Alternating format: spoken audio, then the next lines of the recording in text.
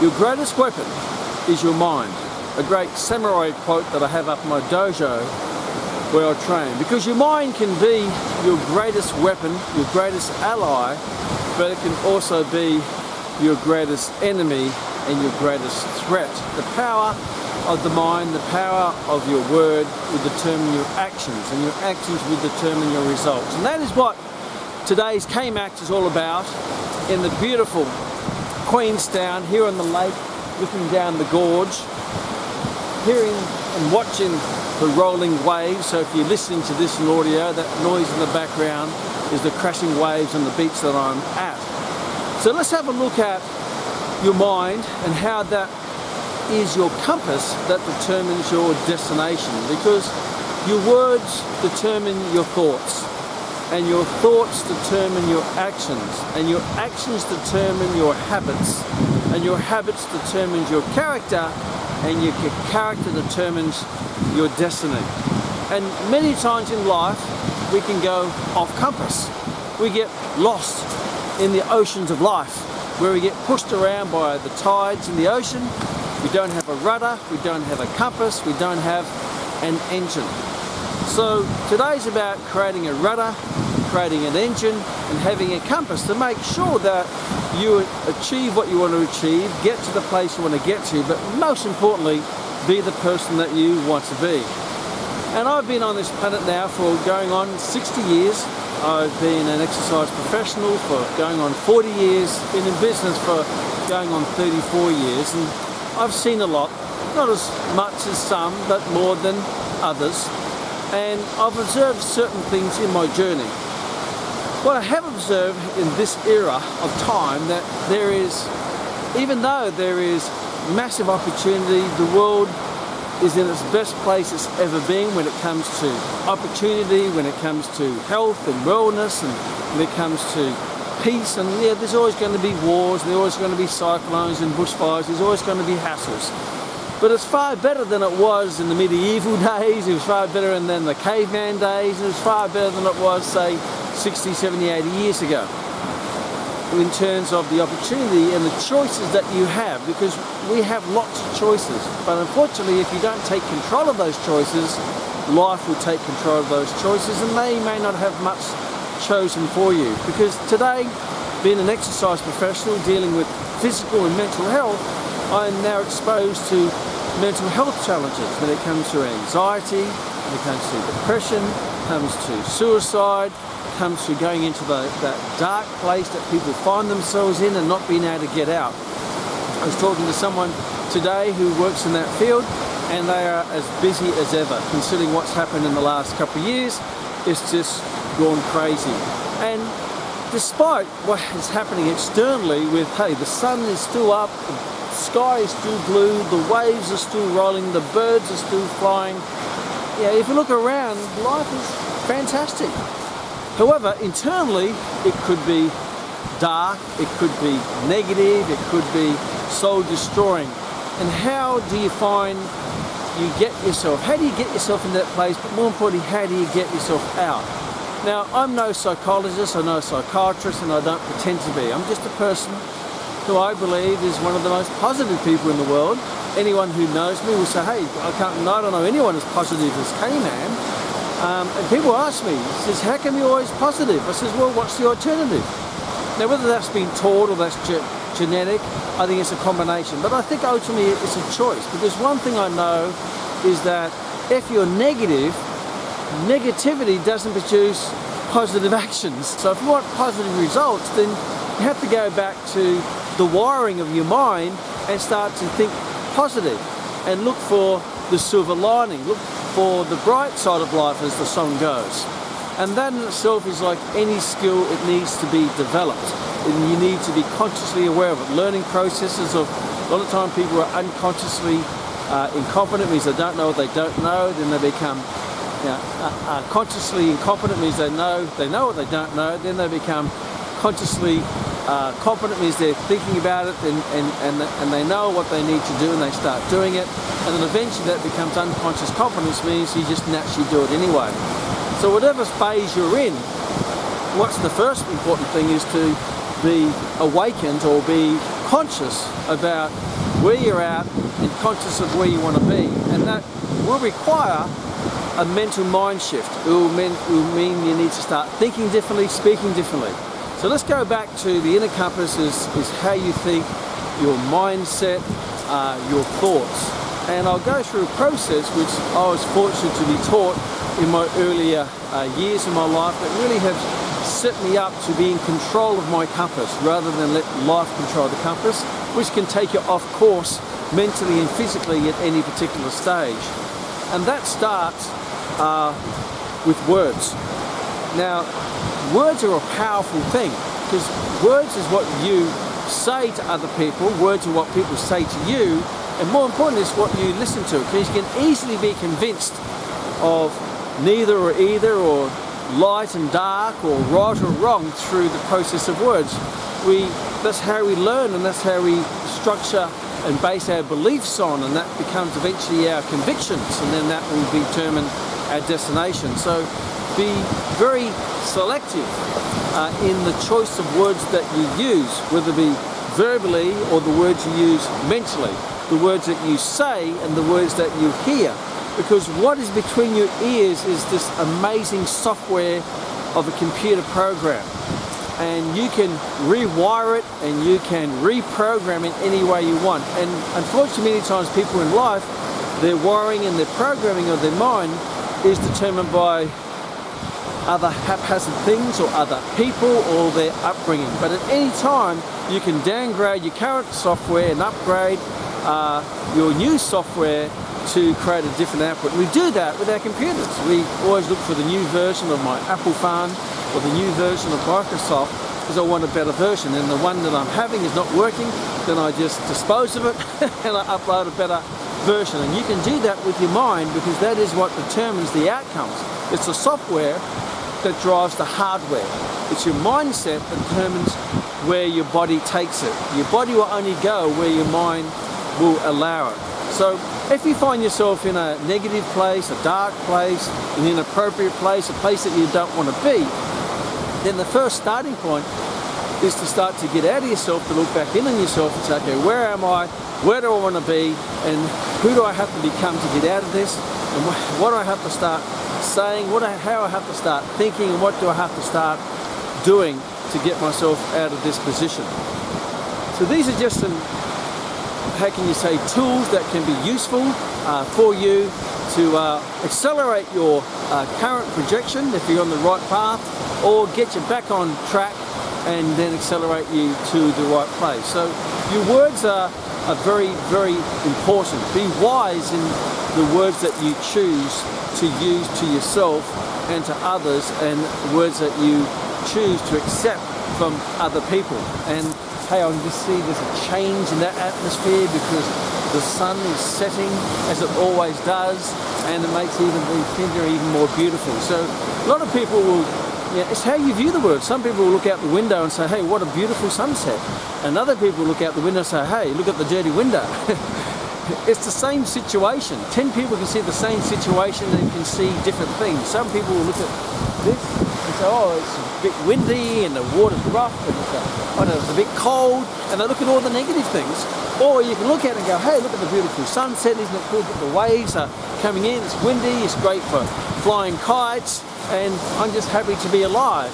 Because as far as I know is that we only get one shot at life. And yesterday I heard some news from a family friend. One of my family have passed away, and yes, that is sad, but that is life. We all die, but do you live is the ultimate question. We all die, but do you live the way you want to live? You only get one shot at it. And when you live, it's important that you live to the best that you possibly can with the resources that you have. So let's go back to words, and the great saying, whether you think you can or can't, you're right, by the great Henry Ford, who started Ford Motor Cars. Your mindset will set the course of your life, and that starts with words. So choose positive words. Rather than saying, I can't do that, say, how can I do that?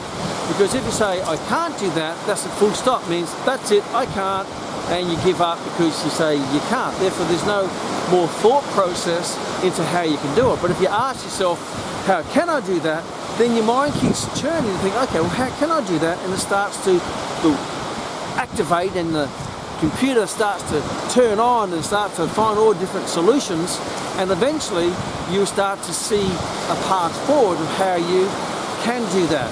So if you say it's too hard versus saying, hey, this is going to make me better, make me stronger, make me more skillful, make me more knowledgeable, make me more successful, rather than saying it's too hard, say I just have to get stronger, I have to get smarter. So same situation, different vocabulary. If that person, you say that person really upset me, well, they didn't upset you, they are just who they are, and you allowed them to upset you by how you respond to that. So rather than say that person is rude, you may say, hey, that person, they're fascinating. So now they're not necessarily rude to you, they're just a rude person. You find that fascinating and actually interesting.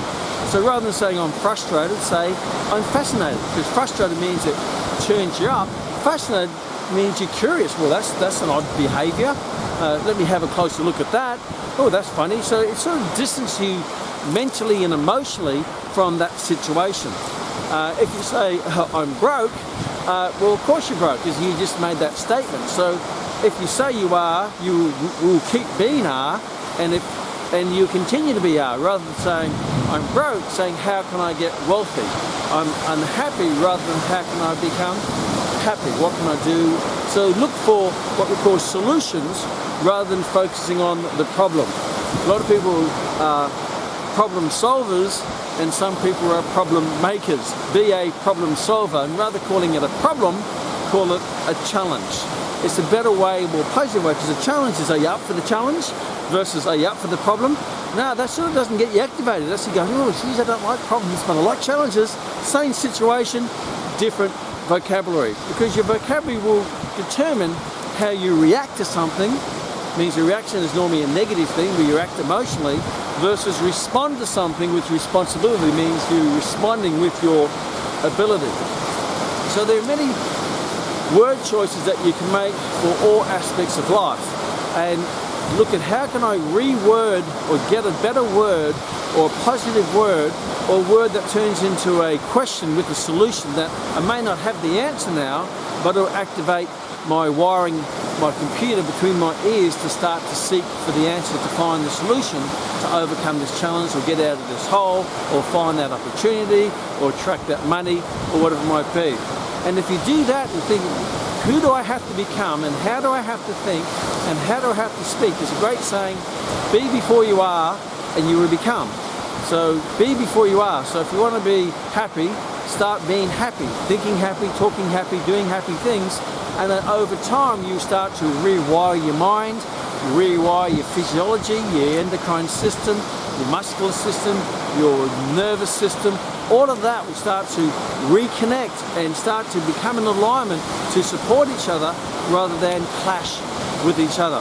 Now, it may sound so, well, that can't be true, that's too simple. Well, a lot of the times the solution is simple. You just have to be conscious of it and continue to apply it until it becomes a habit, until it just becomes a part of you. Because if you keep going down the path you are, where are you going to be in the future?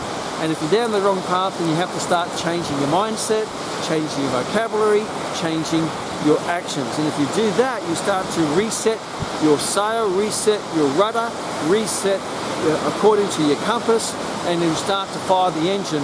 And because when you start going towards your goal, you start to feel better about yourself. So when you look at your life, look at all the things you want to change, and then start to speak differently of them. So the words that you use are not just important to how you express to the world, but you say them, you're listening to them. So if someone says to me, how are you, Kman? I says, I'm fantastic and I'm improving. And I say that a lot of the time. And even if the things around me are not fantastic, I'm still fantastic. Why? Because I'm alive. There's a good starting point. And if I have challenges, well, that's a part of life. So if I have challenges, hey, isn't that's called sign of life. I have a beautiful little dog called Brutus. He's 21 years of age, or going on 21 now. And he's obviously very old. That's equivalent to maybe 140 years of age. And he does things now that could irritate others, but they bring joy to my life. And as I say to Ro, when he does a fart, or he pees inside, or poos on the step, or he growls and barks all night because he's old and grumpy and he's blind and he's deaf and he's doing all that, I go, how cool is that? That's called sign of life. Now, most people would find that annoying. Oh, my dogs keep me up at night because they're whinging or barking, or they peed on the carpet, or they pooed on the kitchen floor, or whatever it might be. To me, I find that sign of life. That's what life's all about. He's living, he's farting, that's sign of life. He's barking, that's sign of life. Yes, he's peeing, he's drinking, that's sign of life. Isn't that awesome? Because that's the alternative. He's going to die soon. And all those little things I'm going to miss. I'm going to miss that barking when he goes up to the puppy heaven with my other puppies I've had in the past. I'm going to miss cleaning up his pee and his poo. I'm going to miss all those things that will annoy some but bring joy to my life, because he's 140. Now when he was 1 or 2 or 3, then yes, I would reprimand him. I would discipline him to pee outside or whatever it might be, to make my life a little bit easier. But when you're 140 years of age, human years to dog years, then hey, I'm just happy that he's still here. And if you take that approach to everything in your life and look at the bright side of life, the good side of life, the positive side of life, because if you always take positive actions and positive thoughts and a positive mindset, overall you're going to have a positive life. And myself and Rory, we are the happiest, most positive people in the world. There may be people as positive, but no more positive. And why? That's not because it's something we're born with, it's something that we chose. And like every discipline, you have to apply it and you condition it and it becomes a part of you, because your mind is like a muscle. It needs to be trained and constantly trained all the time. So be very careful and selective and wise in the words that you use. So before you speak or respond or react to any situation, I like to call it the pause. Pause, think about what you're going to say, reword it or reframe it in a positive way before you say it. Don't just spontaneously say things. So sometimes the wrong thing will come out of your mouth and you'll be eating your words. You end up with your foot in your mouth, your own foot. And if you say it, you'll start to believe it. So change what you say and you'll change what you believe, and you change what you think, and you change your thoughts, because ultimately your life is lived in the ocean of your own thoughts. And how do you condition your thoughts? You change your vocabulary and expand your vocabulary as well. There's a great study looked at prisoners in a high security prison, and they had the most violent, they studied the most violent prisoners, the aggressive ones and the ones not so violent, and they studied their mindset and their vocabulary, and they found the ones who were most violent had a smaller vocabulary range. They had a smaller vocabulary to choose from, and the ones who were less violent had a greater vocabulary, because words are sometimes the way we express our feelings, our emotions, our thoughts to ourselves, but also to the outside world. So if you have a limited vocabulary and you can't express how you feel, you can get agitated, you get aggravated, you can get frustrated, and you become violent and aggressive because you can't express it. But if you have more words to, how can you say, articulate your thoughts and articulate your feelings to yourself first and the world, then that will tend to put things into perspective. And I've been working with some colleagues lately, getting them out of some dark places and some challenges that they're having. And when I lay it all on the table and I start to articulate everything they share with me, and I paraphrase it back and I word it differently, when I put it out on the table and I break it all down, they go, well, really, things aren't that bad after all, are they? Geez, I was just overreacting with my emotions to a situation. And I always thought of the negative side of things rather than what can I take out of this, what are the lessons and what are the things that I can use to make myself better, and whether make the situation better or move on to the situation to a better situation. So your words are vital, they are critical to this great computer, and also the reputation that you express to the world. So if you say something which is nasty or detrimental or bad or something, then hey, you start to develop a reputation with the outside world of who you are. Well, that's that nasty person, or that's that rude person, or that's that angry person, or that's that panicky person. So re-articulate all of those words in your mind before you express them to the world, because when you re-articulate them in a positive way, it settles you down before you share it with the world. If you go out the old saying, if you've got nothing good to say nothing at all. Great lesson I learned from my mother. So even though I may have thought negatively about something, I kept it in and I massaged it around and I reformatted. I started seeing the bright side of life, the silver lining. I restructured it before I expressed it. And that in itself was a therapeutic process for me internally to rewire my mind before I express it to the world, and that stopped me from saying inappropriate things that would give me a poor reputation when I say things that may not be appropriate purely by emotion. And when you do that, you're going to find yourself in a better place, a good place, a positive place, and more positive, most positive place. And that's really important. And when you think positive and you speak positive, and then you be careful of who you hang out with. So if you're hanging out with negative people, then it's very hard to combat that negativity coming in. So be very careful with the people that you hang out with. So you may need to change your team. The people in your life is your team. The high performance, loving, caring, positive team. And if you have someone on that team that is compromising, the values and the philosophies and the culture of the team, you may need to coax that person off your team. And it can be challenging when that person might be family or close. Therefore, you have to limit your exposure to them and not give them ammunition to criticize you. Because a lot of time people are very fearful of criticism from others. Well, what people think of you is none of your business anyway. It's what you think of you that's most important, because you're the one who lives with yourself 24/7 in your own, in the ocean of your own thoughts. But very careful that, yes, you can be influenced from outside sources, whether it be people, whether it be the media. A lot of people watch the news. The news is always bad news. And they listen to the radio, and the radio is all about gossip and negativity and drama, and they try to get you hooked by fear, because the best way to get people hooked onto things is to scare the living daylights out of them, and they walk around in constant anxiety and fear because they're listening to fearful, anxious things on the TV, on the media, hanging out with negative people. So that's one thing I will share with you. I don't do negative. So if someone is negative in my life, they won't stay in my life very long, because I don't need that negative influence in my life.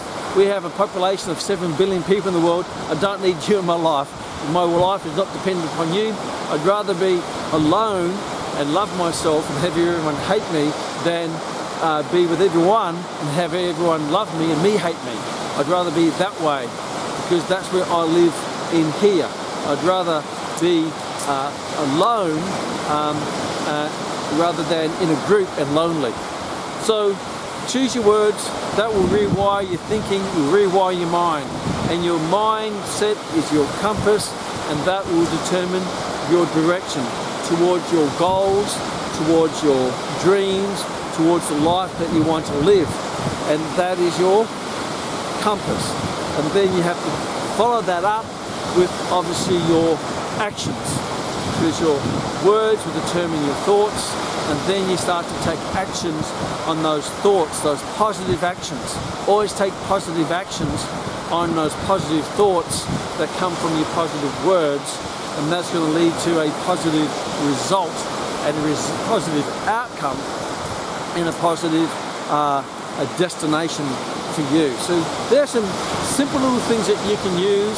I feel that the most important thing in life is your mind, and then you can also work from the outside in. You can change your mind with positive actions, because if you take positive actions, that's connected to the mind as well. You always feel good when you take a positive action, because you start to think positive, because motion creates emotion. Positive motion creates positive emotion. So if you're proactive in your emotions and your action, you create positive emotion that makes you feel better. That means you want to do more and more. So positive actions. On the other hand, if you do negative actions, then that's going to lead to negative emotions, and that will go down that negative spiral, down into that little dark hole. But how do you unwind yourself? Just change it around and start winding your way back up with positive actions, with positive emotions, and then you're going to be in that positive place. So work on both ends, the mind and the body. I'm an exercise professional, so big believer in how exercise changes your mindset, and we now know from thousands of published research studies that the greatest intervention to change your mental mindset in a positive way is high intensity interval exercise, whether it be strength training or high intensity interval cardiovascular training. Most important, yes, it's good to go for a walk on the seashore and pick up seashells, but that doesn't condition your body at the level of intensity that stimulates your body physiologically, that stimulates the hormonal system to release the right hormones and chemicals in the brain that turns you into a positive thinking person, where you have all those. There's a chemical called brain-derived neurotrophic factor, which is a fertilizer to the brain, and the best way to stimulate that in the body is doing high-intensity exercise. And research now shows that in itself is beneficial, even more so than doing pharmaceutical interventions in fighting against anxiety, negative thoughts, suicidal thoughts, even depression, and even going down the path of even Parkinson's and Alzheimer's. So yes, work from both ends, the mind and the body together. Completely condition the mind, and while you condition the body, and both will come together and have a perfect storm effect, because you're working from both ends, not just one end out, from the mind out to the body, or the body back into the mind. But you be conscious of both. Conscious of your positive words, conscious of your positive thoughts, conscious of your positive actions. And those positive actions will feed back to reinforce the positive thoughts and the positive words, and your words will push back and reinforce the positive thoughts and the positive actions. So they both from the inside and the outside. And if you do that, your life is going to be fantastic, irrespective of where you are, what's happening around you, what challenges you have, because in your mind, you're always going to be in a great place. So hope that's been helpful. See you in the next Kman.